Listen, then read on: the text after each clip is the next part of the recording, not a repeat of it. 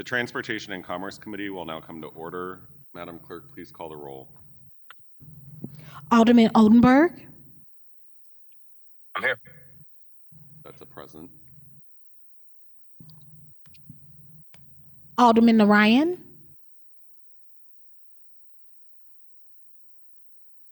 Alderwoman Schweitzer. Alderwoman Cox Antwi. Present. Chair Cone. Present. Alderman Narayan. Alderwoman Schweitzer. We have 3 present. Wonderful. With that, we have a quorum to continue moving forward with the meeting for this morning. I believe we have the minutes from our Tuesday, July 1st meeting in front of us. We do. I will entertain a motion to approve the meeting minutes. So moved. How was it? You got the motion I move to approve the meeting minutes from. Second. the July 1st meeting. It's been moved by the Alderwoman from the 8th and seconded by the Alderman from the 2nd that we approve our meeting minutes from July 1st, 2025. Madam Clerk, please call the roll. Alderman Oldenburg. Aye. Alderman Narayan. Alderwoman Schweitzer. Alderwoman Cox Antwi. Aye. Chair Cone. Aye. Alderman Narayan. Alderwoman Schweitzer. We have 3 aye votes. With that, you sustain the motion of the Alderwoman from the 8th to approve the meeting minutes. Today's meeting, we actually don't have any board bills on the agenda, contrary to what I was hoping for, but there will be a TNC meeting likely next week to have a hearing on one of the board bills that will be introduced this Friday. With that, we do have with us a band of folks from the CBC that are going to give us a presentation this morning, including the new CEO of Explore St. Louis, Brad Dean. So Mr. Dean, if you wouldn't mind taking the stand before us and providing us with the context and background in the presentation for this morning. Good morning, and thank you, Mr. Chairman. Brad Dean. EDC. Today I have with you colleagues here representing the team. We're working today from the busiest and we appreciate and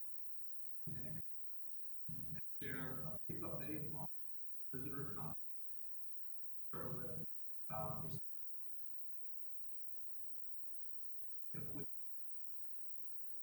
And also a brief update. So we'll jump right in. We want to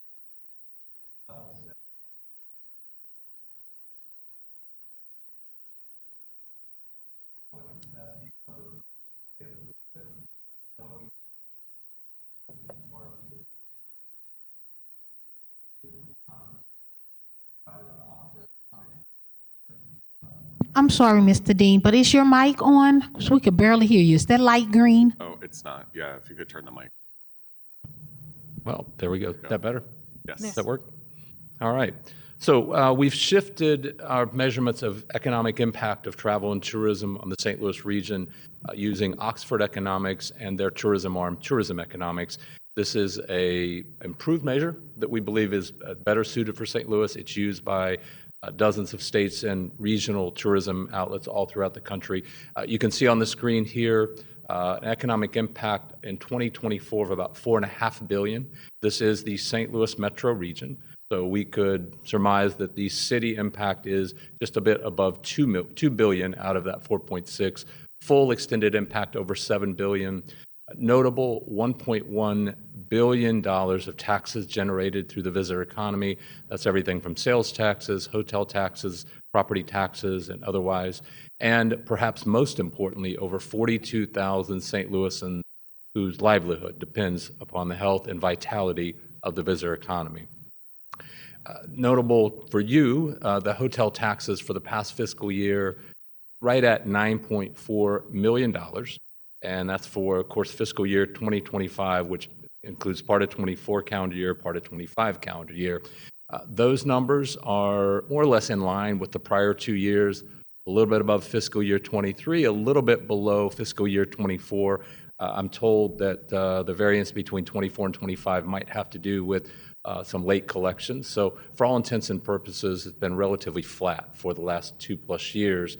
Notable that this is about 13% above pre-pandemic levels.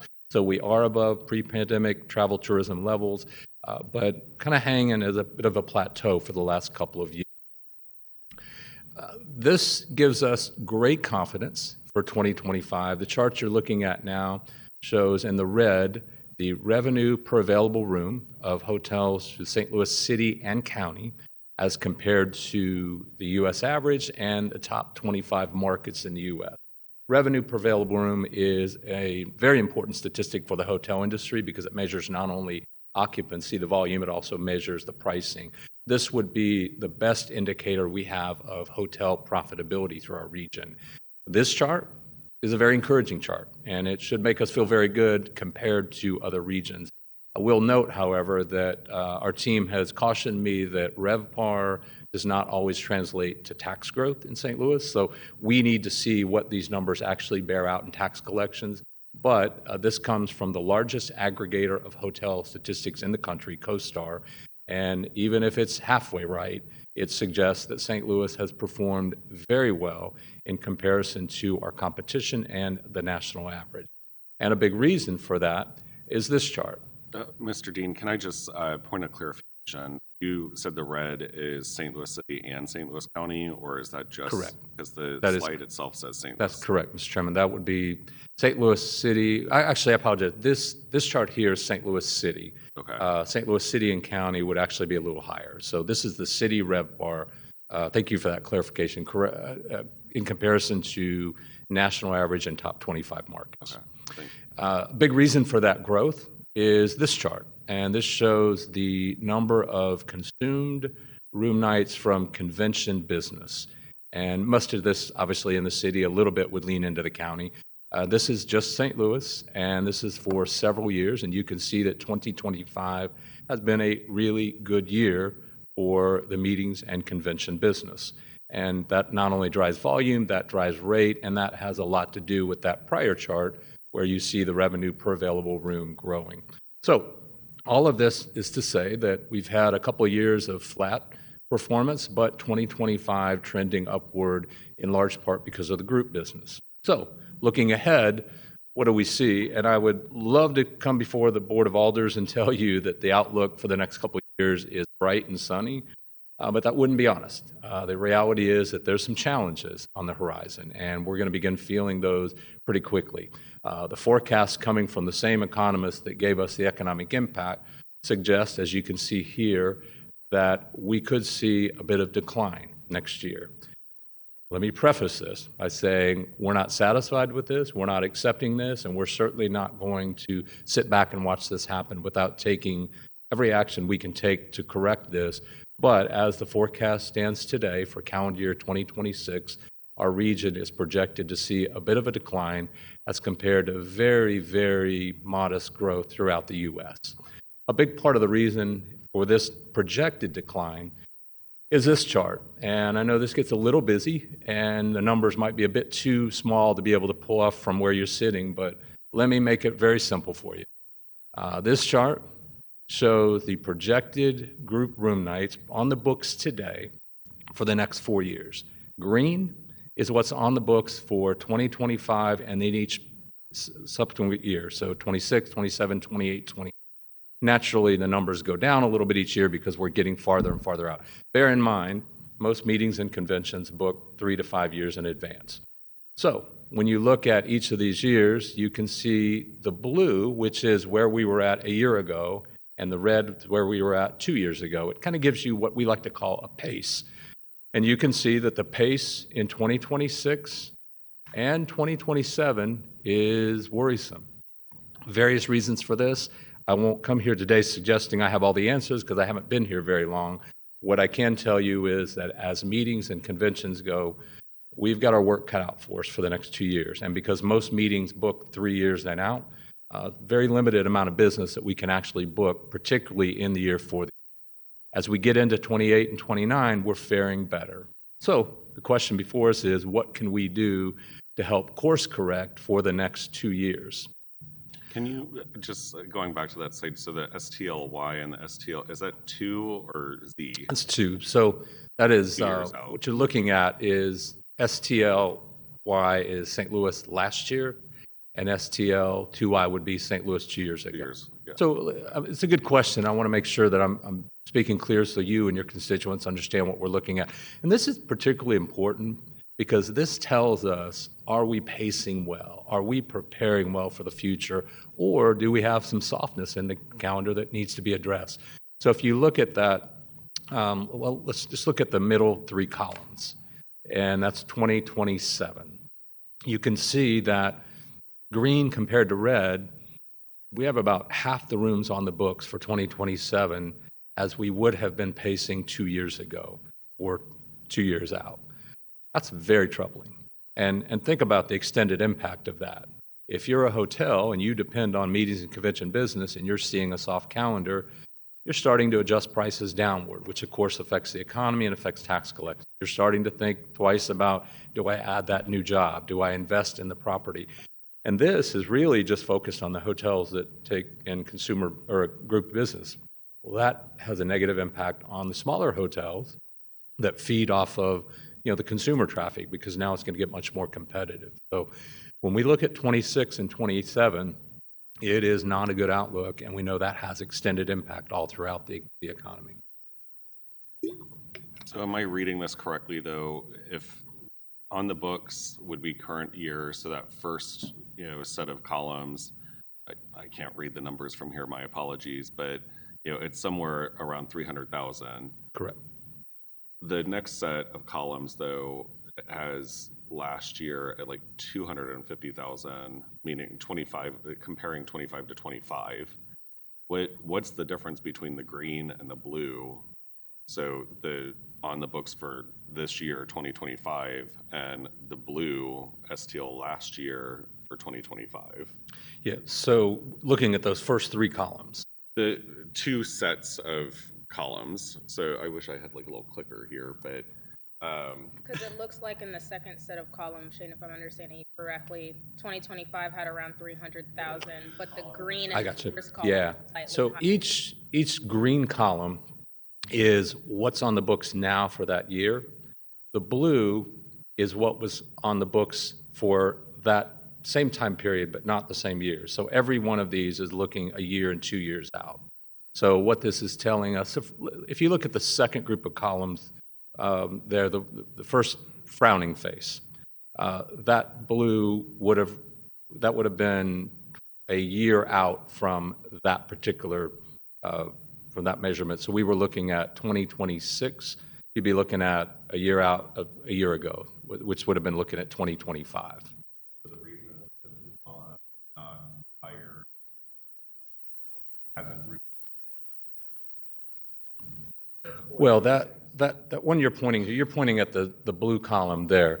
That was this year we're in now. Right. Yeah, So, but this is the year that we're in now. correct.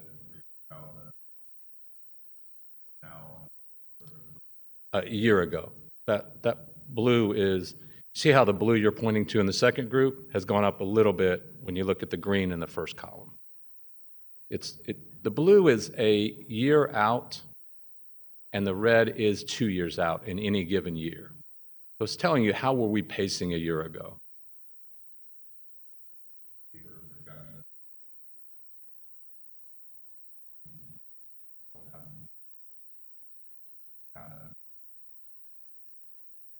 But it's the pace of the projections Correct. at the time. Correct. Okay. this green, this is an actual calendar. Oh, thank you, Aura. So this green column is actual on the book 2025. Correct. This is projected for 2026, what the on the book for 2025. Blue that you're pointing to is what was on the books for this year a year ago. Okay, all right, thank you for that clarification.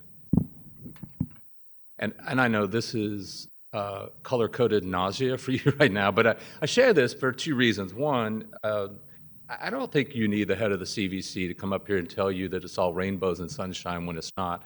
Secondly, while I realize this is a deep dive into meetings and convention monitoring, this is precisely the kind of data-driven approach that you should expect out of your CVC, and this is exactly what we have to do to guide our sales and promotions. So getting back to the point at hand, knowing the next 2 years are not going to be great years for the meetings and convention business, what do we do to course correct? What do we do to turn this into a better situation than that forecast projects? One of the opportunities is in 2026, we have a number of events that are unique to this year, each of which build an opportunity for us to bring not only more visitors to the region, but more new visitors, first-time visitors to St. Louis. Excuse me. Bless you. The first two, you'll notice the U.S. Figure Skating is an event that the St. Louis Sports Commission has worked diligently to bring. That's a great event that brings national and international exposure, and it will occur in a time that's typically pretty slow. So we'll have a lot of first-time visitors coming to St. Louis, and it gives us an opportunity to showcase ourselves on the national and international stage. The next one is an exciting event. This is the return of Global Robotics to St. Louis. Vex Robotics Conference, which is a global robotics competition. It will bring students from every state and territory of the U.S., as well as dozens of countries. They'll be competing not too far from here at the Americas Center in a global robotics conference. We anticipate they and their parents and families will be wandering all throughout the St. Louis region and hopefully visiting some college campuses while they're here as well. Of course, the centennial of Route 66 and as well America's 250th give us great opportunities for events and tapping into the hype around both of those important milestones. And then a little soccer tournament called the FIFA World Cup that I'm sure you're familiar with. While the competition itself is not happening here, we're hopeful that one or two venues in St. Louis could be a base camp site, which will bring players, coaches, families, and visitors here. And you think about the time between matches, there'll be a lot of travel for those who are coming for a FIFA competition and then expanding out. In fact, Brand USA, which is the national counterpart of Explore St. Louis, projects that the average FIFA visitor will visit at least 5 U.S. cities. So if they're in Kansas City for the Cup, they can come here for the fun, and that's just a train ride away. So we're not giving up on 2026, but as our Chief Commercial Officer likes to tell our team, next year is going to have to be the year of leisure travel. We're going to have to make up that dour forecast on meetings and conventions with increased leisure travel.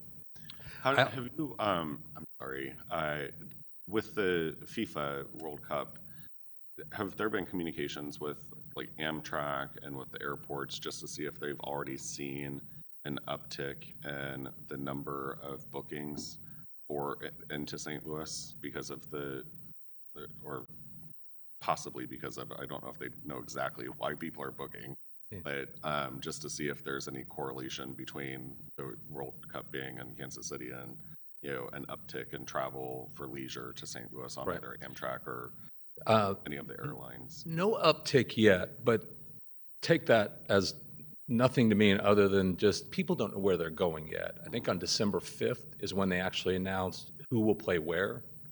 Once the teams are announced and they know who's playing in Kansas City versus who's playing in Boston and elsewhere, then we'll start to see the bookings.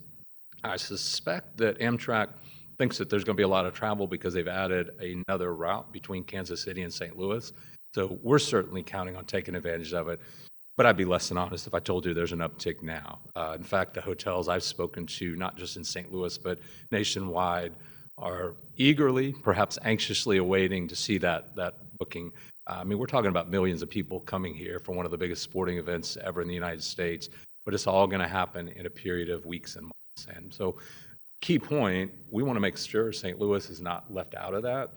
While we're not a World Cup site, we can be a great venue for World Cup visitors. On a similar vein, how do you, I'm assuming this activity was not in the projected numbers we saw before because they're not meeting in convention, their leisure. How do you forecast the activity, as Shane mentioned, talking to like maybe the travel departments or other hotels to see if we're actually getting traffic from? Yeah, great question. So a couple things we'll do. First is we're working with our airline partners. And as you're well aware, we have expanded service coming via Lufthansa and British Airways. They will see that before anybody, because first thing you do is buy your tickets. Second thing you're going to do is buy your airfare. So we're making sure that our plans for 2026 address the opportunities there. Secondly, this is one of those rare instances where we work collaboratively with other destinations. So in this case, Kansas City and us might be competing for meetings from time to time. In this case, Kansas City wants the visitors to have a great experience. So we've been working closely with the State Department of Tourism, as well as our friends in Kansas City, to project booking levels, what we can then adapt to. So for example, let's say the team from Germany or the team from the UK are playing in Kansas City. That's a great opportunity for a multi-destination message and platform and program. And then the other thing is we'll be looking at some of the tools I'll touch on in a minute that will allow us to see where bookings are happening and when. And then we can start to dive into those details to see where we're pulling from. Not to say that we'll only get German visitors if the German team's playing here in Kansas City. We'll see them from all over. But we'll be able to decipher what is booking and what's working. This next chart, while it's pretty dour in terms of its findings, I see more than a glimmer of opportunity here. This chart comes from Longwoods International, which is one of the preeminent travel trackers in the country. They track a number of facets of travel tourism. And you can see here the data is pretty clear that the government shutdown has impacted travel substantially. And the economic uncertainties that we've faced this year and looking into next year certainly hinder travel in some respects. That's the downside. The upside is I see this as an opportunity for our region. Now, I tend to be a glass half full guy anyway, but in this case, you think about St. Louis in the midst of an economic uncertainty, and while the government shutdown has ended, you know better than anybody that the impact has not been fully felt by everybody. There's an extended impact for citizens here as well as throughout our region and our country. When economic slowdowns happen, travel doesn't necessarily stop, but people will travel less frequently, they'll shorten their stays, they will reduce their expenditures, they will look for any way they can continue to travel and just spend less. So, being a market that's easily accessible by rail, by air, and by automobile, being a market that is extremely affordable, and one that offers an abundance of free attractions as well as very affordable attractions, I think arguably fares well in times of economic uncertainty. In fact, that may be part of the lift that we saw when I showed you those good RevPAR numbers earlier. So when we think about 2026, yes, meetings and conventions will not be great for us. It will be a less than stellar year. Doesn't mean that we can't fill more hotel rooms and restaurants and attractions by attracting more visitors, whether they're here for a one-time event like FIFA or America's 250th, or we're just a better choice because you're looking to save a little, but still enjoy a great travel experience. But how do we do that? We've got to make some tweaks to our plan, and we've got to make some adjustments to our strategies. And so 2026 is really a year of building forward together. The first thing that we've done over the past few months to prepare ourselves for this is to take a deep dive into your CVC. Look at what we do, how we do it, what's working, what's not working, what's missing, and what are those things that we can just stop doing because they just don't work very well. A number of mentioned here on the screen, we have evaluated whether or not we qualify for accreditation, which just tells us the basic standards that we're operating at as a travel, tourism, meeting, and convention promoter. We have taken a deep dive into our digital marketing strategies, not just looking at how we compare to ourselves versus last year pre-pandemic, not simply looking at how we compare to Kansas City or Indianapolis, but we invited the consultants doing these reviews to compare us to the best in the industry. We think St. Louis deserves the best. I think the city and the region is too good not to be great. We have to operate at a very high level. We invited an expert to come in and evaluate how we're managing, leading, and strategizing the St. Louis Film Office, which is a part of the CVC. We're looking at how we manage the facilities and, in particular, studying the revenue potential of the Dome in light of our current strategies of utilization, as well as doing a number of internal organizational assessments and gathering a lot of feedback. In fact, that feedback is extensive enough that we've initiated a resident sentiment study for residents of St. Louis City and County, what they think of the CVC, what they think of our industry, what are the gaps that we should be filling. We've done a number of stakeholder interviews and over 700 surveys of local stakeholders. We've held focus groups, everything from hotels in the city to restaurants to attractions to young leaders in their 20s and 30s to political operatives that work in the political arena that you're very familiar with, trying to get a grounded base on how people view our organization, our future, and particularly the role of the visitor economy in St. Louis. And then we've also just recently conducted a listening session with dozens of local stakeholders. All told, all of this will encompass the views, the perspectives, the ideas, and suggestions of over 2,000 St. Louis over a period of a few months. In fact, I should mention that each member of the Board of Aldermen and Alderwomen have been invited to participate in interviews, and if they haven't received that invitation or haven't been able to schedule that, please let me or my assistant know. We would love to get the perspective of each board member. All of this is really intended to just put an ear to what the community expects and needs out of its CVC. And out of that will come feedback that will inform our strategies, our structure, and our priorities going forward. This year, operating in a challenging environment, we made sure that the budget was balanced. We need to assure you and our industry and our stakeholders and our community that we're not spending more than we're taking in. And we prioritize some budget adjustments with 4 simple criteria. Does it increase visitation? Does it strengthen the brand? Does it increase community collaboration and partnerships that are important to the visitor economy? And does it have a measurable impact? That last one's important because of the premise that if you can't measure it, it's pretty hard to manage it. And so this is what's guided this year's investment and the investment leading into 2026. And it's important that we frame this in light of what our industry needs and expects, because we can't do this alone. In fact, if we're going to succeed over the next couple of years in turning that negative forecast into positive, collaboration is going to have to be key. The chart you see on the screen is an interesting one that I think speaks to the challenge that St. Louis faces going forward. If we look at what we're investing, promoting the St. Louis region, and divide that amongst the different hotel rooms that we have to fill, essentially dollars per room, you can see how we compare to 3 other destinations that we often compete with: Indianapolis, Columbus, and Nashville. And simply put, we're not bringing quite as much to market as they are. Various reasons for that. I won't get into those details today unless you're really interested. But I'll put it in perspective that each of you can appreciate, because each of you have run successful campaigns and will probably run another campaign in the future. Imagine if you're going into the election period and your opponent is spending 2 or 3 times what you. Doesn't mean that money always wins, but if you're going up against an opponent that's outspending you 3 to 1, you know you're either going to have to outwork them or outsmart them. I take confidence in hearing that the chairman ran a pretty effective campaign with a limited amount of resources.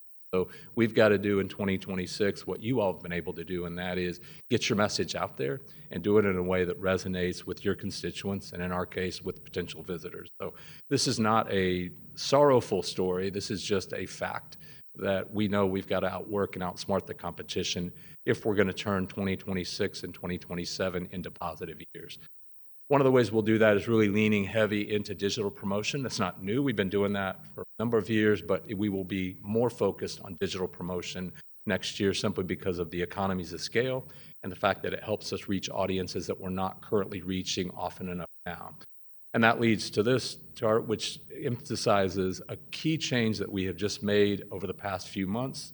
We're seeing success, and we're hopeful to see continued success in 26, and that is leaning into some new markets, markets that we haven't consistently had a presence in, markets that we believe offer great opportunity because they offer affordable, nonstop flights. So we won't just be focusing our advertising in our backyard. Places like Denver, Minneapolis, Houston, Atlanta, Washington, D.C., where there's high disposable income and a high propensity to travel. It's a little bit of an opportunity and challenge. The challenge is they're not typically thinking of St. Louis in these markets. The good news is they aren't predisposed with negative impressions of St. Louis. As the old line in Dorian Gray would say, the only thing worse than being talked about is not being talked about. And our challenge is to go into these markets and get them talking about us.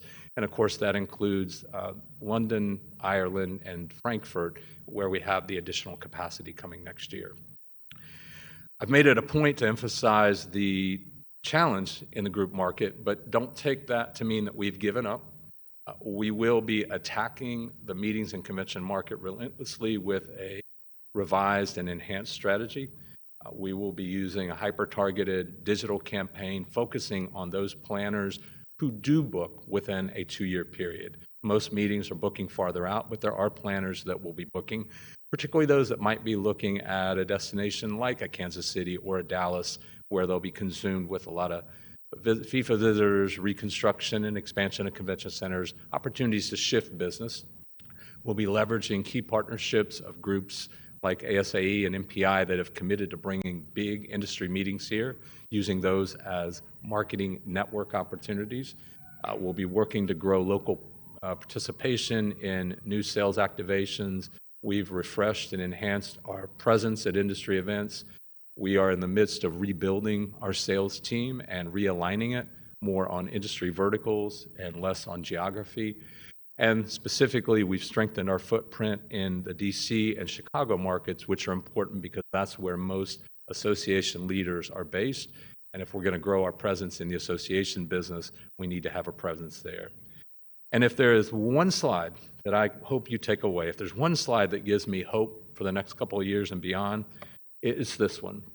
A lot of numbers and colors. I'll just make it simple. Green is good, red is bad, and yellow and orange are kind of mediocre. And what you're looking on the screen before you is an evaluation of brand attributes where visitors and prospective visitors rank St. Louis. And what you can note here is a few things. First and foremost, the single most powerful and brand attribute that resonates the highest is dining. It's interesting to me as a new resident of the city how often St. Louisans approach our describing our community almost with a bit of an apology, a tad too much humility, if you will. I've often heard people say, well, we're not a foodie city like Chicago or New York, but we have great restaurants. That does not line up with the research. The research tells us that, according to our visitors, we are a foodie capital. You can tell a lot about a city by the food on its plate, and our food is abundant, it's delicious, and it's affordable. And dining ranks very high, in fact, at the top of the list. So we can lean into that as we try to attract more visitors and different visitors. You'll also notice as you lean down into that list that art, history, culture, and music rank very high. In fact, as high or higher than sports. We know we're a sports city, but our visitors tell us, yeah, but you got a lot more than sports. Art, history, culture, and music resonate. And maybe the most important stat on here, the one that gives me the most excitement and a bit of intrigue, is the left column. That's how the younger generation of travelers view St. Louis in comparison to my generation and other generations. There's something special, something powerful, arguably something magical about what's happening with the younger generation who are coming here. Now, demographers like Ness Sandoval can speak far more intelligently than I can about trends of relocation. What I can tell you is this: the younger generation of travelers love St. Louis. And to the degree that we can penetrate that generation of travelers and get them in their 20s and 30s, and then get them when they're married or have children, become professionals, want to start a business, maybe go to college, that can be a generational lift for St. Louis. And so while we are facing a couple of challenging years, when I look at this and I compare this to the stats that we saw previously, where we know there's clearly some opportunities to expand and enhance our message and our presence, I think there's an opportunity here to lean into this and really reposition St. Louis as a premier vacation destination, particularly for travels in the Midwest that are looking for art, history, culture, music, and sports, and want a great dining experience. I also want to assure you that we're going to do everything we can to position the meetings and convention market for future growth. The chart before you doesn't really help us a lot for the next 2 years, but it does lay the foundation for, we think, what will be an improved strategy going forward. What we've listed on the screen for you are the various segments of meeting and convention business that rank at the top of our competitors list. This is where our competitors are focusing their time and their efforts. And the yellow shaded lines are those where we perform pretty well. So a couple of observations. Those three categories shaded in yellow, education, religious, and sports, make up about 80% of our meetings convention group business. That's 4 out of 5 rooms that we're bringing to St. Louis. They represent about 35% of our competitors. So we are over-indexing in religious, sports, and education business. If you look at those first 2 categories, you get into professional, science, and technology, and that includes a lot of association business. And then you look at the second category, health and medical. Those are about 35% of our competitors' portfolio, and it's about 8% of ours.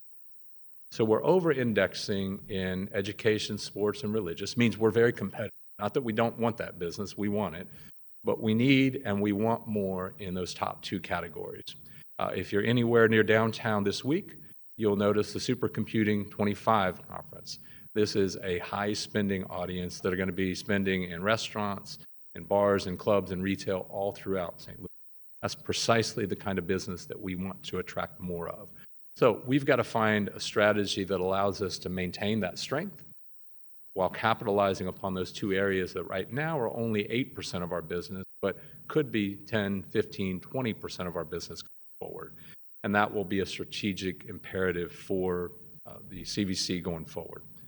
So just wrap up with saying that we're focusing on a number of accountability measures that will make us more accountable to our industry, our community, and our stakeholders, including you.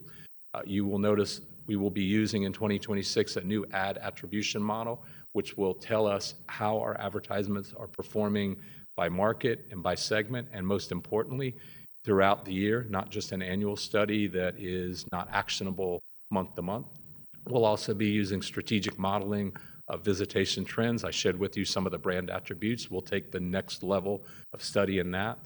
We'll be using quarterly forecasts to be able to adapt our marketing instead of just an annual forecast that tells us what someone projects for next year. I shared with you earlier the annual forecast, which shows us to be slightly below the national average. That's not actionable. So we've got to have a quarterly forecast that tells us what's happening over the next 30, 60, 90 days so that we can shift and adapt our marketing in a timely fashion. We'll also be using performance metrics versus our competition. A lot of the performance metrics we've used to date have been simply about prior year. I shared with you the color-coded chart on the meetings convention pace.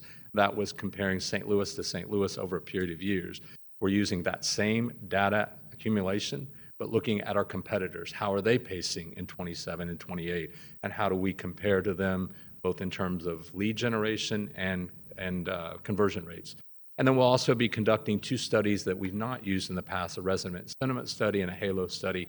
Happy to unpack those for you at any time, but those give us an idea of how we're performing outside of our organization. A number of strategic objectives that we're focused on both in the current fiscal year, but we'll also be prioritizing in our next budget: improving brand health, optimizing the utilization of the 2 facilities we manage, the Americas Center and the Dome, a measurable return on investment, both for industry and government. My intent is that when we come before you in the future, we'll be able to tell you and your constituents precisely what the return on investment is, both for the taxes that have been invested and for the larger, broader economy. If we can't get you a 5-to-1 or 10-to-1 return on investment, then they've hired the wrong guy at the CVC. That'll be our goal, and that'll be independent, verifiable information that you'll be able to chart and see how your CVC is performing relative to the economy and to our competition. And we're targeting a higher level of meetings and conventions, in part because of the chart I just shared with you, where we'll really be focused on some segments that we're underperforming in now, with the goal that we're booking over 300,000 room nights a year through the Americas Center.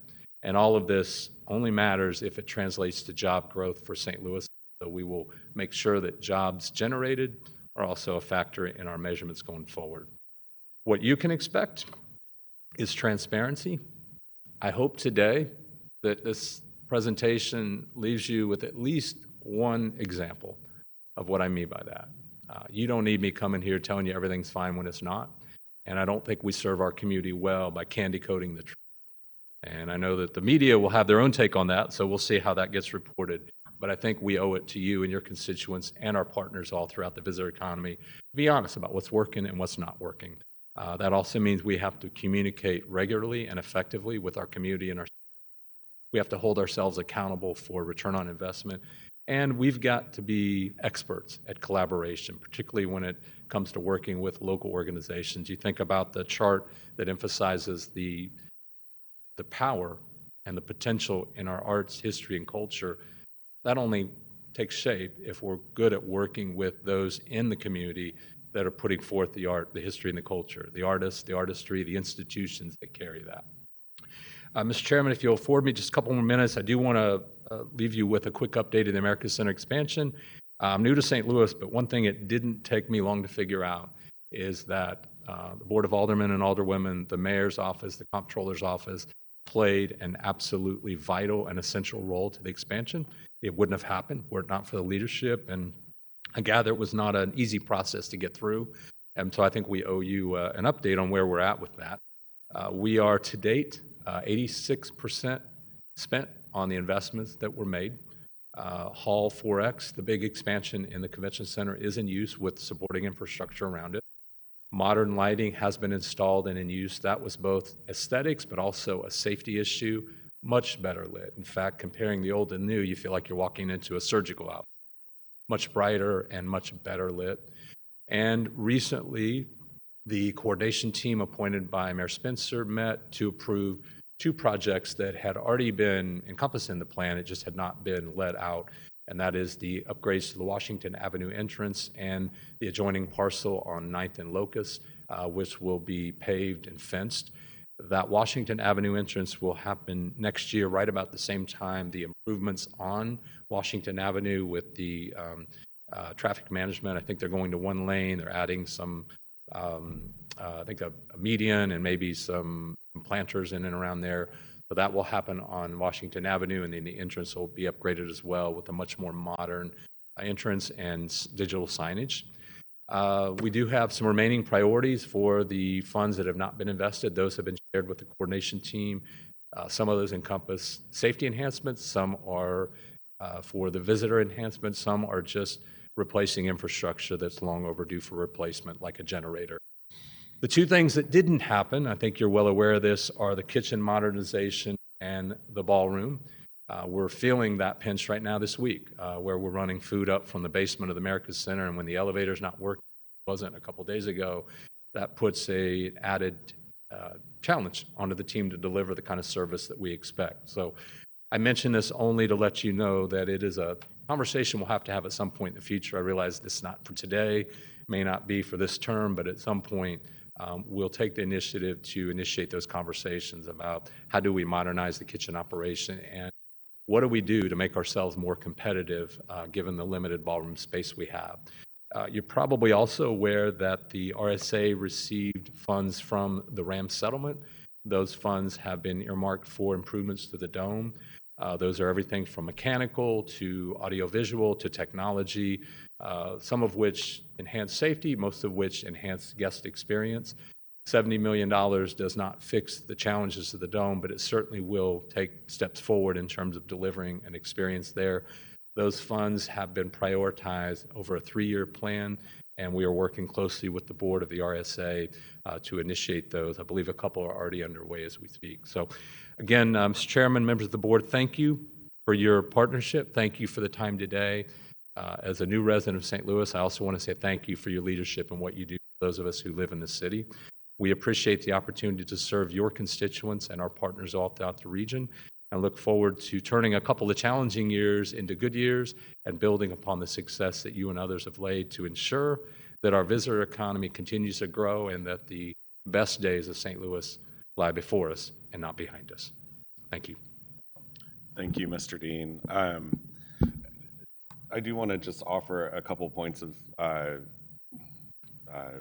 don't think clarification, but just to make sure that it's on the record. So the former CEO, whenever she would talk about the improvements at America Center, always made sure that this body is reminded that we own the convention center. The city, it's a city asset that is owned by the city. We are responsible for paying for the improvements of the convention center. We do not own the dome. That's the RSA, but we do own the convention. And I'm only saying this as well because we do have a new member here who's freshly in office. So just for some context, when we're talking about the convention center itself, that is money that the city is obligated to put into that facility. It's a city-owned facility. The improvements that the CEO just, excuse me, went through, we did have some collaboration with St. Louis County with funding for those improvements, partly because it is a regional tool, but it is a city asset. And so, any improvements there need to be approved by this body in order to make happen. But the CVC graciously manages it for the city and makes sure that we get our full use out of the facility. So just a point of interest. I have quite a few questions that I've written down, so if you'll indulge me, can you maybe share a little bit more about, you mentioned it very briefly, but the St. Louis Film Office, it's a fairly newly established office over at the CBC.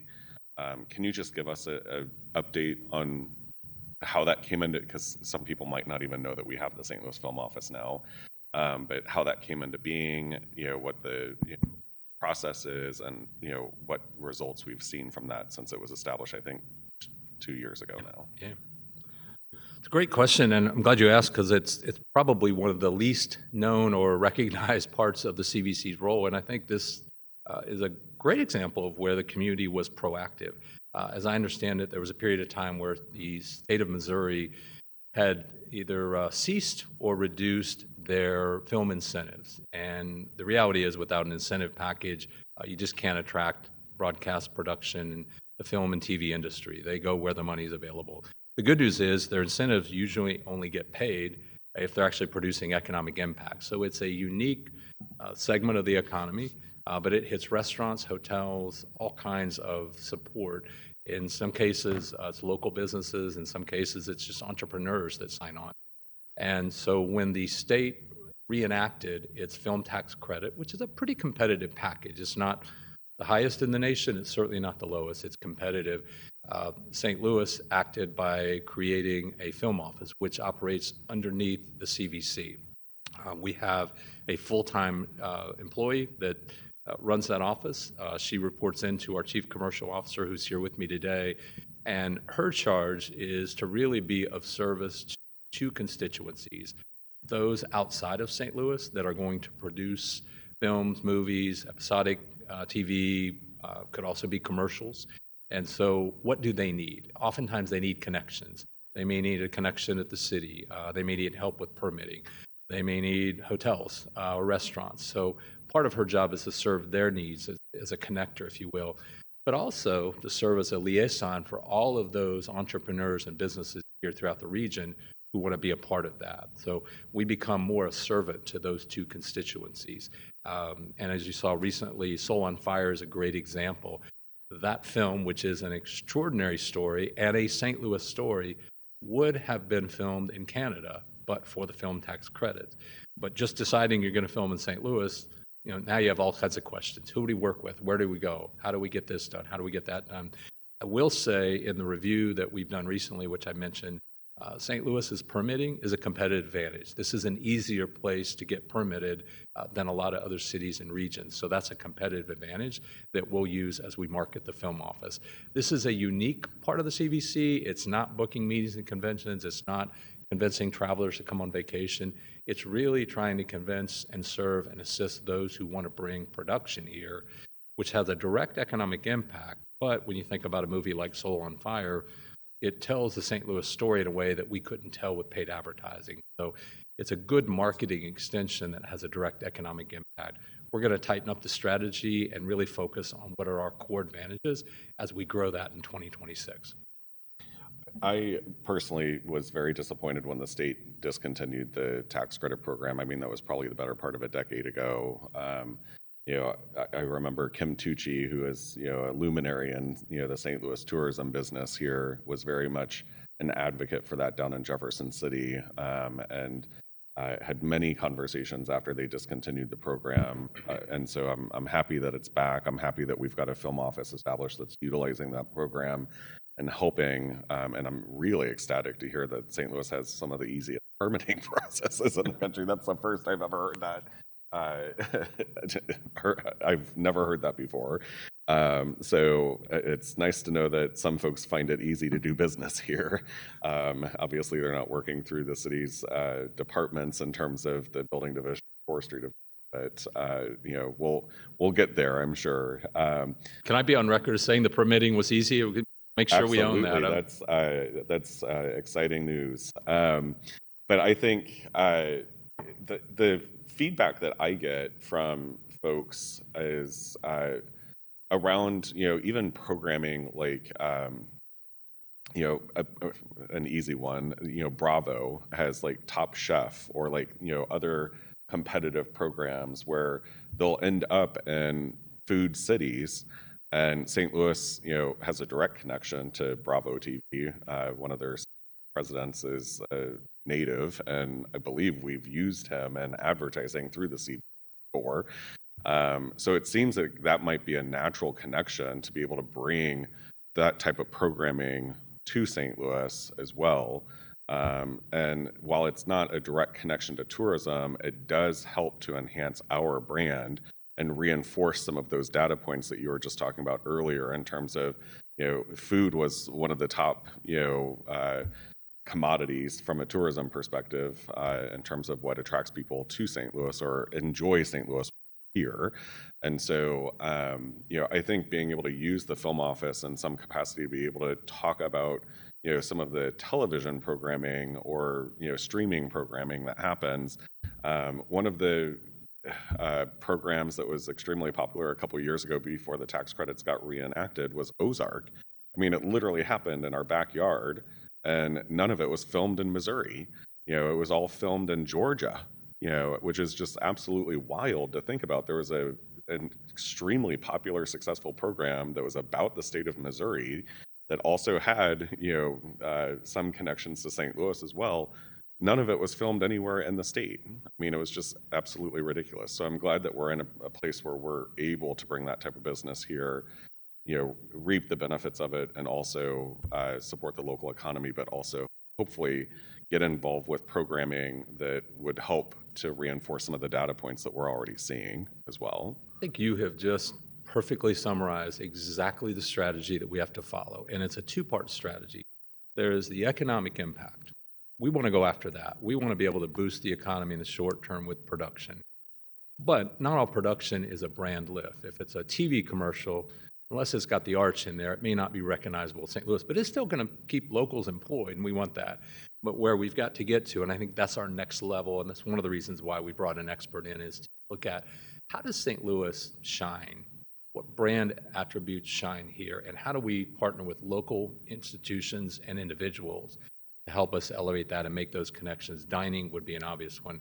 It was interesting to me during the Celebrate St. Louis Festival during July 4th. I was amazed, frankly, they were able to get Warner Brothers sponsoring they did the big Superman drone show a week before Warner Brothers launched the video. Turns out that was a local resident who had a connection with Warner Brothers. But for her, they might not have sponsored that. That kind of connection can go a long way towards leading to the kinds of films and broadcast opportunities you're talking about. So I think we have just barely scratched the surface on what the potential is. We're going to serve the industry's needs locally. We're going to look for economic impact, but there's a larger potential of a brand lift for St. Louis. And when it goes back to the thought of how do we outsmart and outwork the competition, I think about those destinations we're competing with, Indianapolis and Columbus, for example. We should be able to compete in this space very, very well compared to them. And that's an opportunity to elevate St. Louis's profile and put us on a pedestal that we couldn't otherwise do with paid advertising. And can I just say, sorry, I know you had other questions, but on leveraging some of the regional assets that we have, I do think it's really important, not just for film, but also for... I'm sorry, Ms. Cox, could you into your mic? Yes, Thank sorry. you. I do just think it's important, not just for film, but also for some of that mid-scale programming. So I know you guys were mentioning sort of targeting some of those bigger events and bigger conventions from out of state. But regionally, I do think there's a lot of opportunities that we have that we could be leveraging as well. You mentioned, for example, one of the things we do well is sports and entertainment. I think about the cheerleading regional competitions or the dance regional competitions, where maybe we're not attracting people from very far away, but we're attracting people from Illinois, Arkansas that are coming in, parents that are maybe coming in and bringing their kids in from the county into downtown that could be booking hotels and adding to the economy that we have in downtown St. Louis. So I do just, I guess I'm curious about your mid-scale attraction plan for some of those like cheerleading, dance competitions that may not be big conventions, but they could utilize the rooms that we have in our convention. Yeah, it's interesting. You mentioned cheerleading and dance competitions. The single most resilient and arguably one of the most economic powerful streams of travel and tourism is youth sports for young females. Because when the sister is dancing or cheerleading, mom, dad, grandma, grandpa, brothers, everybody shows up. The whole family's coming. They do not miss. Economic challenges, like I shared earlier, you might scale back on the family vacation. You might, cut the guy's golf getaway or the girlfriend getaway. Mom and dad will take out a second mortgage to make sure that 12-year-old does not miss the 12-year-old championship. They're coming to St. Louis.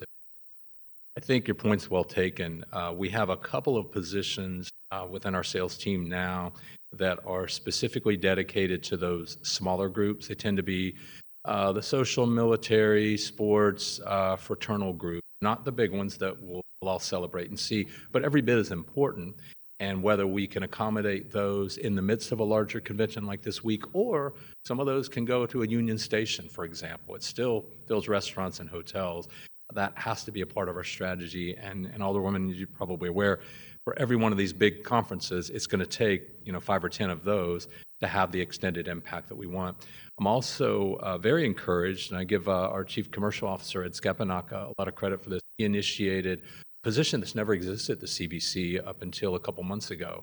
We hired a local woman, a very talented local sales professional who's worked for a number of great institutions here, specifically to focus on what we call in the year for the year. Her goal is to fill those gaps, and it won't be filled with a conference like you see today, because that's going to be out years in advance. Her goal is to find those times when we need a little extra business and who's booking that. And the kinds of meetings you're talking about are the ones that will book within a 12 to 18 month period. Not that we haven't booked those before, we just haven't had anybody focused on them. So we now have somebody who wakes up every day and says, what can I do to move business in the next month, the next 6 months, the next 12 months? And I think that'll make us more effective at exactly what you're talking about. Excellent. Thank you, Brad. Can you, what is the name of the individual that was hired for the, in the year for the year? Oh, Jill Method. And she worked for, you want to tell them a little bit about Jill? Good morning, and Mr. Chairman, Jill Method is her name. Do you mind, just for the public, stating your name and position with this? My name is Ed Skapanak. I'm the Chief Commercial Officer with Explore St. Louis, and also a St. Louis City resident. Yes, so Jill Method is the individual that we hired. Love her background. She's brought a lot of energy to the team. She actually opened Ballpark Village doing event sales there, and then she also went to the Armory and opened that facility. It's not her fault that that facility sits in the situation it is today, but she did everything she could. She's been great. She's got a lot of local contacts. It's also been very effective about bringing contacts from out of the area to your point, Alderwoman, that events that should be here in St. Louis could be here in St. Louis, and the strategy is to layer those around the larger events that obviously a lot of our team is focused on, but there's really great economic impact and benefit to having events like what Jill brings us.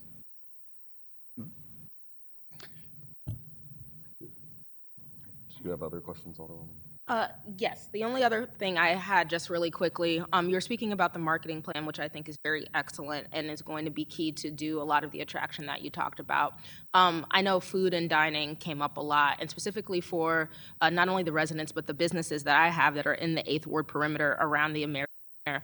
One thing that's really important to them is making sure that their businesses are highlighted to the people that are coming to the America Center to do the things we talked about.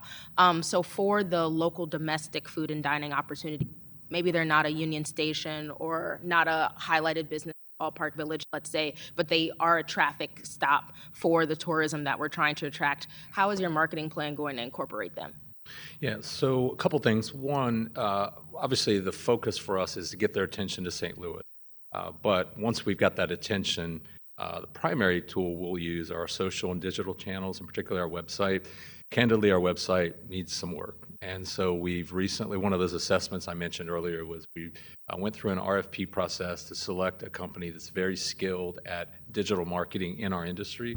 They've taken a full assessment of all of our digital channels and our marketing spend. One of the questions we've asked them, it's kind of a two-part question. One is, once we've got their attention, how do we make sure we drive them to the places in our ecosystem that will help them start to plan that vacation so they don't, I don't know about you, I've heard this many times from visitors, like, I had no idea, ...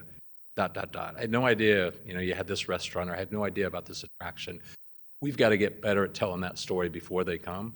At the same time, that website has to be mobile enabled and distributed in a way where they can consume it all throughout the journey. We want the brand to be present from the planning right to the departure. And so that will impact a lot of those businesses. The reality is when you're planning vacation, you may or may not select the restaurants you're going to eat at before you go. Some you will, some you won't. But we got to make it easy for them to select them here. I think we also have to extend that to the visitors at the Americas Center. We do have a restaurant concierge booth there, but we've got to be more digital enabled with that. So part of the strategy going forward is to amplify the message of not just why to come here, but what to do while you're here. We're also undertaking a really deep look at the partnership model that we use today. Basically, how do businesses engage with us? And my hope is that we can broaden the reach and the services we provide with a different model. I don't want to be the guy that comes in and has the know-it-all answers, but I think it's safe to say that we're not reaching enough segments of the visitor economy, and we aren't availing ourselves to enough opportunities that we can do precisely what you're talking about, which is do more and do better at marketing the restaurants, the attractions, particularly the startup businesses and the smaller businesses that don't have a big budget. So part of it's going to come from the better digital strategy. Part of it's going to become from a renewed or enhanced focus at the Americas Center and Dome. And then part of it, I think, is going to come from a better partnership model that will build on the strengths of what we have, but allow us to serve more businesses and engage with and through more businesses in the visitor economy. We can get to the point where every business that's part of the visitor economy is officially on the Explore St. Louis team. We'll be better at serving your constituents, and your constituents will get more benefit out of us, and that's a win-win for all of us. Thank you. Just piggybacking off of some of what the Alderwoman asked, in terms of the kind of in the year, for the year, and short-term programming, more immediate, kind of fill the gaps. Concerts and shows, just a casual observation. My partner is very much into music, concerts, things of that nature. It seems as though St. Louis isn't really getting as many concert bookings as Kansas City seems to really pop up a lot more lately, and even the Factory out in Chesterfield has been taking, I think, shows that otherwise would have been in the St. Louis. And so what can we do from a CVC perspective? I mean, I know Chesterfield's in your kind of footprint as well, but from a kind of Kansas City, Memphis, shows that are going to, let's be honest, much smaller markets. Kansas City and Memphis, aren't the same size regionally as St. Louis. St. Louis has a regional population of around 3 million people. If you count the 15 county, statistical area, we have a huge population here, and somehow we're missing out on some of these smaller opportunities that I don't think that concerts are usually booked out 3 years in advance. They're, probably more like a year or so as they're, making plans. And so how can we maybe get in on the ground level with making sure that more of those shows are coming to St. Louis? Yeah, a couple thoughts on that. First off, I do think a number of the investments being made with that RAM settlement money I mentioned earlier through the RSA are designed to make the Dome a little more accommodating for concert goers.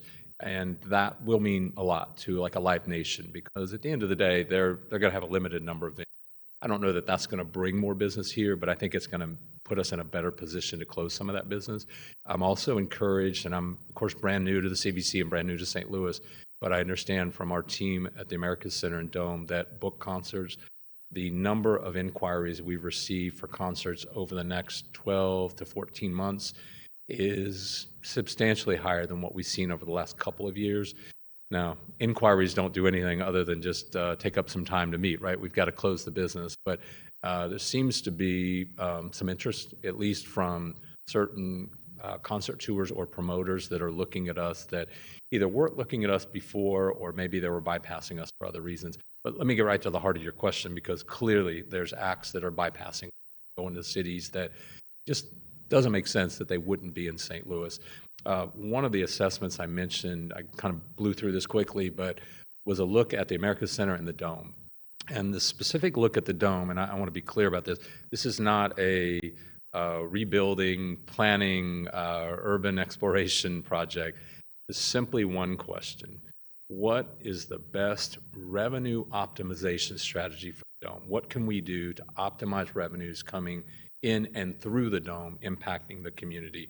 Is it more concerts? And to that point, is it positioning the Dome with some modifications to be able to accommodate a concert that's not going to sell 65,000 seats, but might sell 35,000 seats? What makes us more competitive in that realm?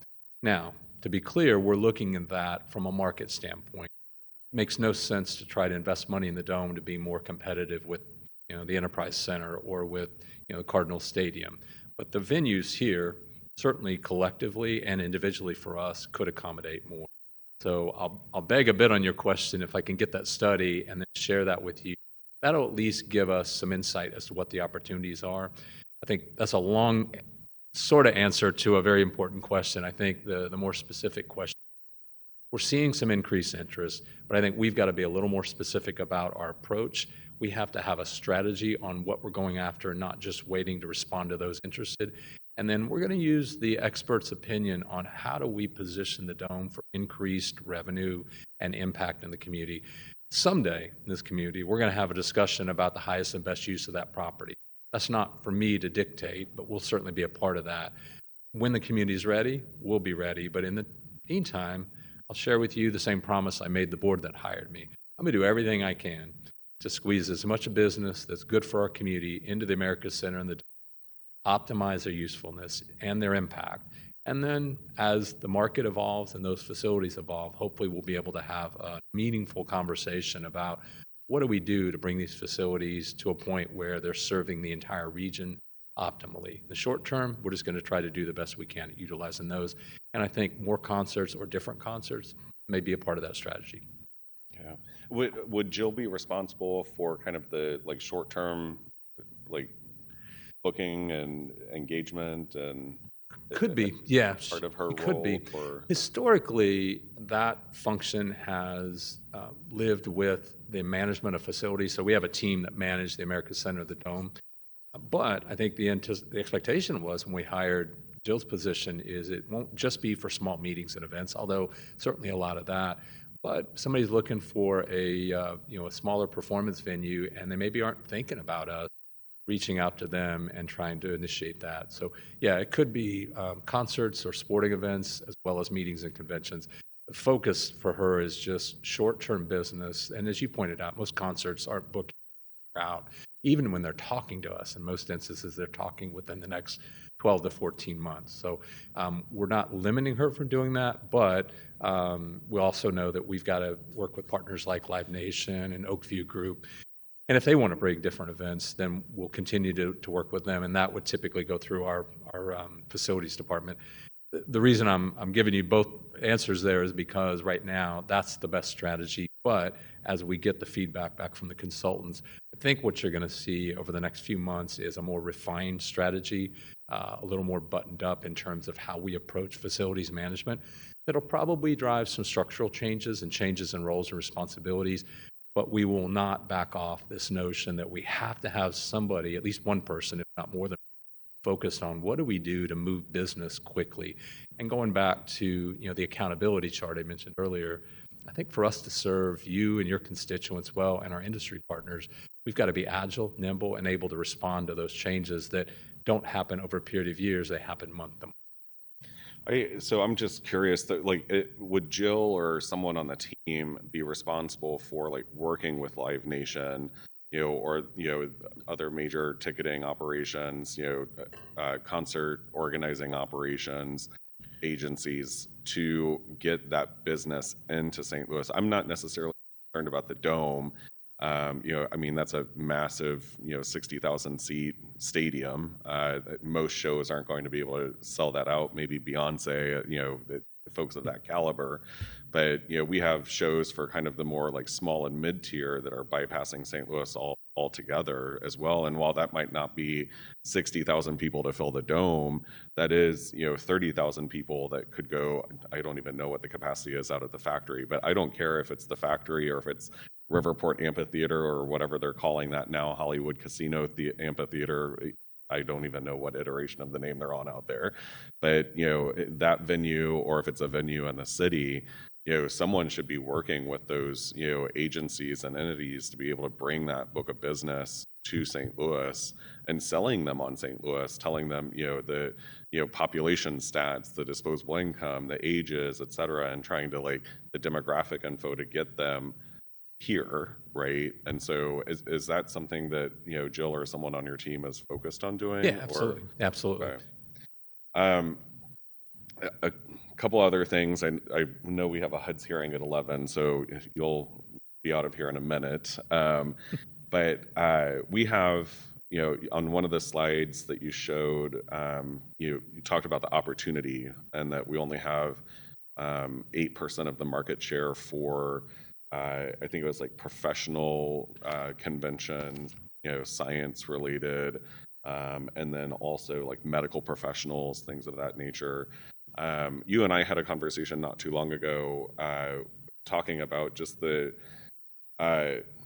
industry and economic base here in St. Louis as a region, and some of those are missed opportunities in my mind as well. St. Louis is one of the largest hubs for financial services in the country.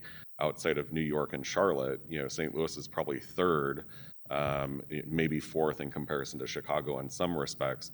But in terms of mortgages, banking, securities, we've got Wells Fargo Advisors, we've got Stifel. I think we have more Series 7, Series 9s issued in St. Louis than anywhere except New York. And so that's a huge, opportunity that I feel like we're probably, needing to tackle. I know Stifel has their annual shareholder meeting here in the city, brings several thousand people into our town. But, there's other industries like auto manufacturing, aerospace, Boeing, beverages and brewing. I mean, certainly AB InBev is a huge name in that industry. But also we have, ag. The ag business, is a major economic contributor here in the city or in the region. And then also logistics and warehousing is another kind of, as more companies like Amazon come online and deal with logistics and warehousing, all of those industries have conventions. I know I've been to some of them, and so is that part of more the mid and long term strategy? And I know you and I talked about it, a couple months back. But how is the team kind of retooling to trying to address some of the more, I think you and I talked about horizontal versus, vertical marketing strategies. And so, can you talk a little bit about how the team might be retooling to address some of those? Sure. I'm learning whatever I say to you, you remember months later. So I'll to be mindful of this. This is good. Yeah, you're absolutely right. If we're going to turn those numbers around, and particularly if we're going to penetrate those top two sectors that just don't perform as well in now, it's going to take a village, so to speak. And I'm encouraged. There was a great example recently, a local businessman named Paul Larson. I think his business is located on Broadway, if I'm not mistaken. He got very, very involved with an association that he's familiar with, he's engaged with. And he is the big reason why they're bringing a convention that could potentially bring thousands of young professionals to St. Louis at a time when we would otherwise be very, very dead. And I won't bore you with the details. Suffice to say that because of that one local resident who came to us and said, I want to help, let's do this, we're going to get a really nice boost from a piece of business in early January that it will start out at just 3,500 room nights, but it could be multiples of that within the first couple of years. That's a great example of where the CVC engaging with a local resident can make it happen, because if it was up to us, we would not have gotten that. It was his expertise and his connections. I'm encouraged also when I look at what Greater St. Louis has done with a committee or a council that they've formed of local corporate leaders in some of the companies you just mentioned. We're helping them identify leads. Now, Greater St. Louis's focus is bringing those companies here. We just want to bring their meetings here. And so we're going to follow that same path. And I would put it as a short-term strategy that will have midterm, long-term results. And the goal is to work with those corporate partners and associations to figure out, like, what are those opportunities that are perfectly attuned to St. Louis? Agriculture is one, health and medical is certainly another, and we could go through the list. And if you think about all just the professors in academia here, they're all traveling to meetings. Why not get those meetings here? Those ag conferences that are going to California and Florida and other places could rightfully be here. And so I think a local integrated strategy will help us with that, but I think it's got to be something formalized. I think we have to do a good job at engaging those locals who have the connections and the expertise and helping pull that in. So that is definitely going to be a strategy going forward. It aligns closely with the redeployment of the sales that I mentioned earlier. So historically, the CVC has organized its sales team geographically, which means if you were going to book a piece of business, the first question we'd ask is, well, where's your office? Where do you work out of? That was relevant 20 years ago, but in today's environment where somebody could, live in St. Louis and technically work in London or vice versa, that geography question just doesn't matter anymore. So what we've got to do is align with vertical segments, which we've now done. So now when we want to go after the aerospace industry, we have one person who specializes in aerospace industry meetings. That's the person that we need to connect with the local leaders in the aerospace segment, figure out what are the meetings that make sense to have here, or are there meetings that don't exist that could be created here, and how do we specifically target their needs? Having a sales team that's deployed by vertical as opposed to geographic makes it a lot easier to engage our community.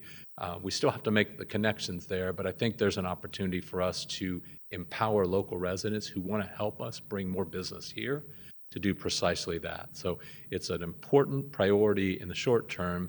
It won't yield a lot of results in 2026 or 2027, but it's going to help prepare us to grow those numbers over the next several years. Yeah, I don't want to gloss over the 2026 outlook either. And you and I have had this conversation as well, and I've mentioned it in other committee hearings. But there's several hotels in the St. Louis City marketplace that are going into receivership or already in receivership, and so I think the CVC can help play a major role in getting business into the region and to the city to help support businesses at those hotels.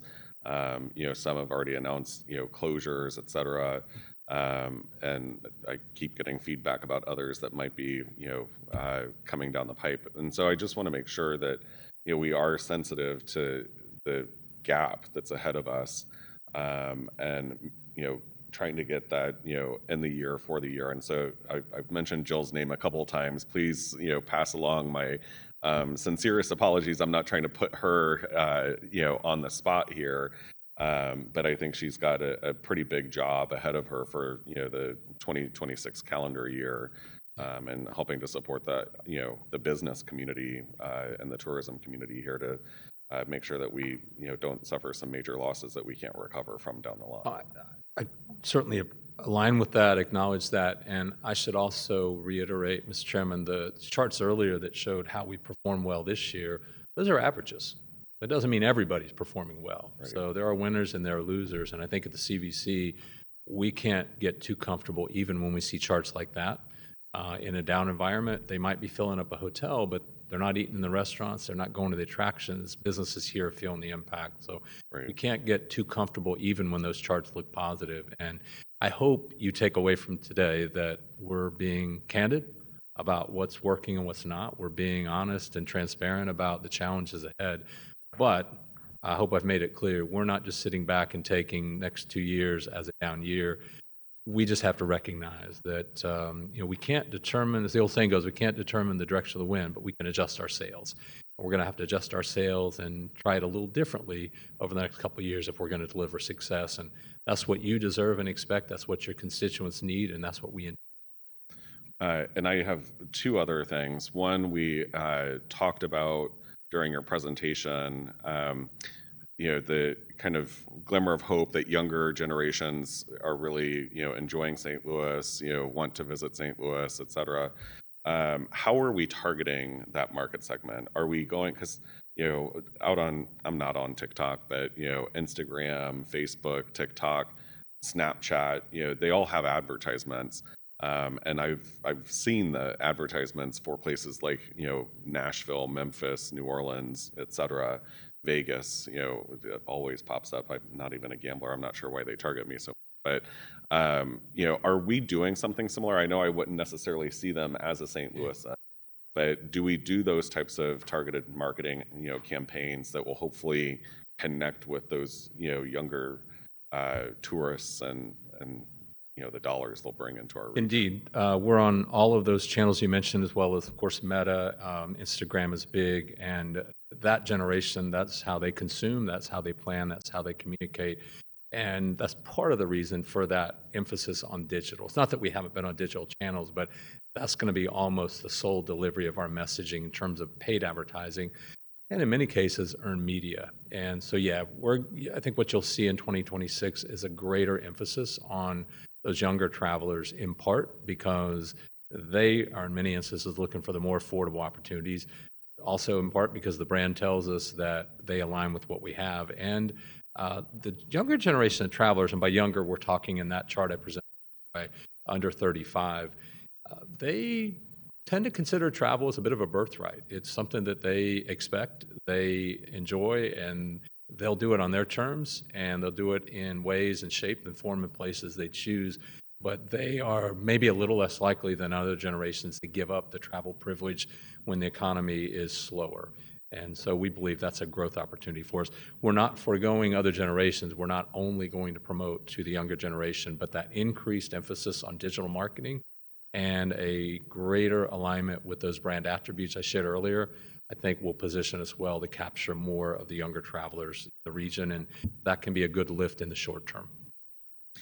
And then the last thing I want to, ask some questions about, which was also the last part of your presentation, is the convention center and the, expansion of the ballroom space, or expansion of the convention space, the exhibit space, and then just where we're at. You mentioned 86% of the investment is completed. I know that the kind of docks on the rear are complete, or at least they look complete the last time I went back there. The exhibit halls have been, built out. And you mentioned the Washington Avenue and adjoining entrance. So that would be on the on the west side, on the southwest corner of the building, which I believe there was also supposed to be a park that was built in that space as well. And you mentioned a fence and a parking lot. So can you maybe talk about that? And because that seems to be different than what we have heard in the past. So the as I understand it, the original concept was there would be a ballroom on that side. I'm directionally challenged. That would be the convention center entrance is on the south side, and then the side with the river is the east side. So it would be the southwest. Oh, but the 9th Street side of the convention center. So Washington and 9th would be southwest corner. I think the initial thought was you'd have this ballroom where you'd have these big keynote type presentations and major events, and then you have this outdoor space to kind of naturally flow out to, and people could use that for breaks and congregating and the things you do when you're in between there. That all changed when the ballroom plan was canceled. There is no new ballroom. So the ballroom is on the 7th Street side of the building. And of course, to give you an idea, our ballroom on the 7th Street side of the building has about 1/4 of the space of Columbus, Ohio. So when we're competing for business, they have 3 ballrooms, we have 1, and our space is about 1/4 of what they offer. So we're pretty constrained That's as the ballroom on the second floor. Correct, correct. So if you think about that original plan, you would have to leave the second floor on 7th Street, walk all the way through the building and these massive exhibit halls, which may or may not be in use for all groups, to get to a park on the 9th Street. It became no longer necessary. And I believe the coordination team that met, the team appointed by Mayor Spencer, looked at this and recognized that the original concept just didn't make sense, but the residents of that area needed a solution, a remedy, because the parking lot of the asphalt was torn up, it was unsafe, it was unsightly. And I'll just say, as a resident down there, I've heard it, I've seen it, I've observed it. They needed a resolution. It wasn't fair to the residents to have to look at that and deal with that every day. And it was becoming a bit of a safety hazard as well. So when the coordination team met, they said, let's go ahead and just pave that. I realize that surface parking may not be the most popular topic in St. Louis, but as at least an interim solution, it will give us some added parking, which we need. It will be fenced, it will be lighted. I understand there'll be cameras there, electric vehicle charging, and I think there'll be some trees around it. I know your colleague, Alderwoman Cox-Antwi, made it very clear to me that that was not her idealistic use for that property. I think Alderman Aldridge has also expressed that. But as we found with the America Center expansion, sometimes we got to live with what we can do, not necessarily what we want to do. And so realistically, is that the highest and best use of that property? No. And when you look at some of the surrounding properties, could that become something more, something different, something better? Certainly, I think that door is open. But for the interim, it will become a surface parking lot, which will at least make it safer. It will make it less unsightly and address some of the parking challenges that we experience today. And hopefully at some point in the not too distant future, we'll be talking about development around the Americas Center, and that parcel could certainly play a role into what it could be in the future. So what would it take to continue the conversation around the ballroom on essentially putting a ballroom on the first floor of the convention center? Do we have estimates in terms of, the cost of that? And are we having conversations around that? I remember, this has been many years that we've been getting feedback, and some of the items that are left outstanding here, the kitchen modernization, that's one of the things that I thought would have been at the top of the list, even before, staging and, deliveries in the rear, because we continually get feedback about the food quality at the convention center, because they have to walk a mile after the food is cooked to put it in a ballroom facility. And that's hardly an exaggeration. You've got food being cooked in a basement kitchen and then, walked literally, several blocks and up an elevator and then sitting outside of a ballroom before it gets delivered to a table. And so, it obviously has an impact on the business that we can get, because people don't always have the best experience, in terms of the food there. And so, not that it hasn't been a lovely rubber chicken dinner circuit, anytime I go there, but, it does have an impact on the, book of business as well. And so, what are the costs that were expected? When are those going to get prioritized? Are we having the conversation with the administration around getting those projects completed? Yeah. So we have had conversations with, private sector partners and those who are helping us manage the facility, particularly Levy, that manages the food and beverage, who would opine that you have just spoken correctly on the challenges. We're seeing it this week. And also our hotel partners and others. We have not initiated conversations with the administration, with this board, or with the county. And if I'm remiss in doing that, by all means, we will rectify that quickly. Mr. Chairman, I've taken the simple approach that you made a bold investment in that facility and indirectly in our organization, and we need to deliver on the promise we made, which is to dutifully invest those funds as best we can and deliver the best results possible. And so my focus right now is bringing the results up to speed and closing out that account, making sure that the remaining funds are spent in prudent fashion, And then at some point, I hope sooner rather than later, to have a meaningful conversation about the future of the America Center and the Dome. You know, one of the most interesting conversations I had over the past month was with Bob Clark. And I didn't know Bob Clark. I'd heard what everybody thought of Bob Clark. And when I sat down with him, making a pretty compelling vision of what St. Louis could be, not just in terms of meetings and conventions, and left me with more hope and optimism than it did pessimism. But specifically to your question, we haven't initiated those conversations. I suspect we're looking at a 9-figure number, low 9 figures, and it's going to require some retrofitting of that facility if we're talking about the existing facility. So it's a broader conversation we need to have, but my thought is until the mayor or the Board of Aldermen tell me differently, I'm going to do the best I can with what we've got. We're going to close out that account. We're going to be accountable and transparent with where those funds are going. We're going to do the best we can to turn the dour forecast into a better forecast. And when we're ready, sooner or later, I hope sooner, we'll be ready to have that conversation with you and others about where do we go.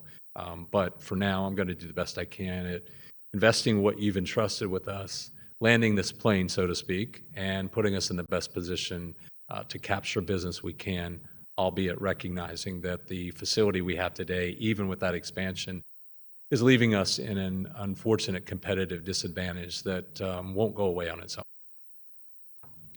Okay. Well, I do appreciate your time this morning. Thank you so much. And just one final ask. In the past, we've done some tours of the facility as it's been under construction.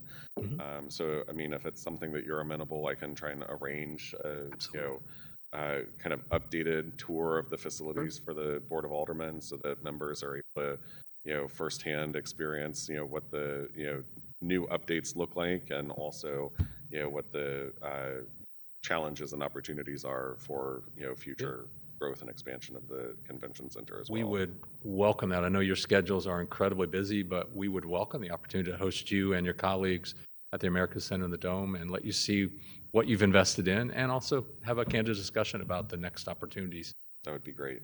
I will be happy to work with you in your office on getting that scheduled. And then do you have any other questions, Alderwoman? Questions from And that was the only item on our agenda today. So, thank you again for coming down here, and look forward to continuing working together, and very much appreciate the update. Thank you. Thank you. Madam Clerk, I think I've been taking notes on my agenda. Nope.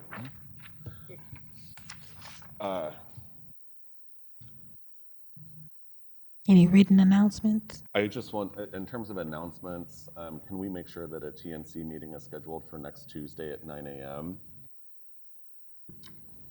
And can you also excuse the alderman from the 1st and the alderman from the 4th for necessary absence? And with that, I would entertain a motion to adjourn. I move that we adjourn until next Tuesday at 9 a.m. Second. All those in favor signify by saying aye. Aye. Aye. We stand adjourned.